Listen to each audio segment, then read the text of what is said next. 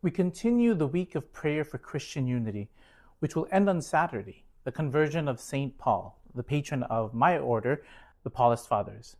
Today's gospel reminds us of Christ's power to heal, unite, and transform.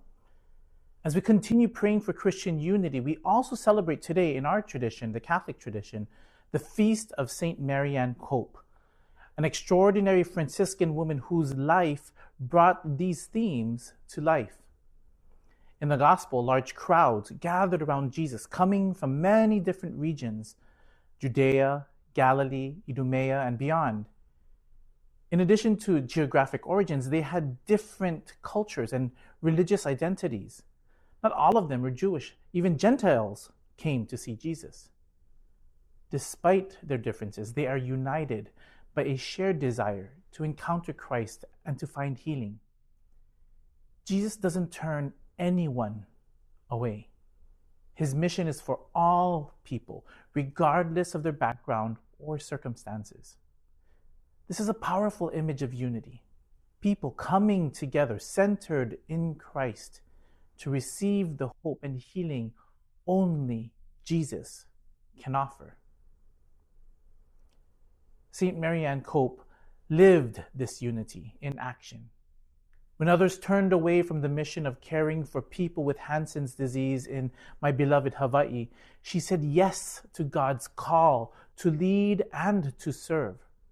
She left her Franciscan community in Syracuse, New York, to serve the outcasts, people who were separated from their families and shipped over to an isolated peninsula on Molokai, thrown away literally into the ocean as they arrived in Molokai. They were lucky if they made it to shore. Her work wasn't just about physical healing. It was also about restoring dignity and creating a community of love for those society had rejected.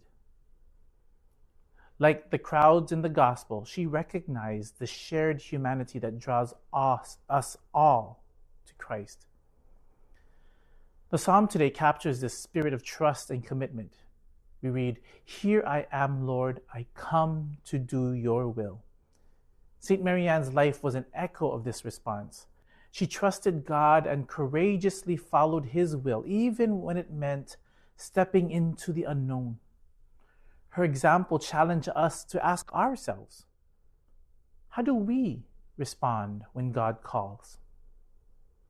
Are we willing to step beyond our comfort zones to bring healing and hope to others? This week, the prayer for Christian unity, it reminds us that unity is not just an ideal, it's something that we are called to live out. Unity doesn't erase our differences, no, but it allows us to see them as part of the beauty of God's creation.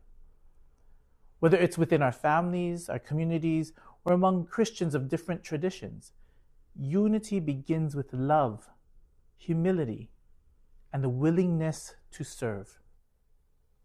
As we reflect on today's gospel and the life of this great American Saint Marianne Cope, we're invited to take small but meaningful steps toward unity and healing. Am I willing to pray the same prayer Jesus prayed, that they all may be one, even when I find it challenging to understand or to agree with other Christians? How might I extend kindness or reach out to someone I've been avoiding, especially if they think or believe differently from me? Do I have the courage to ask God to heal divisions in my heart, in my relationships, and the wider world? Like St. Mary Ann, we are called to recognize Christ in every person and to be agents of his love and peace.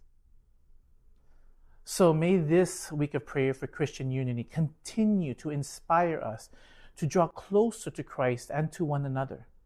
And may the example of St. Marianne Cope encourage us to say, "Here I am, Lord, I come to do your will." wherever that may lead us.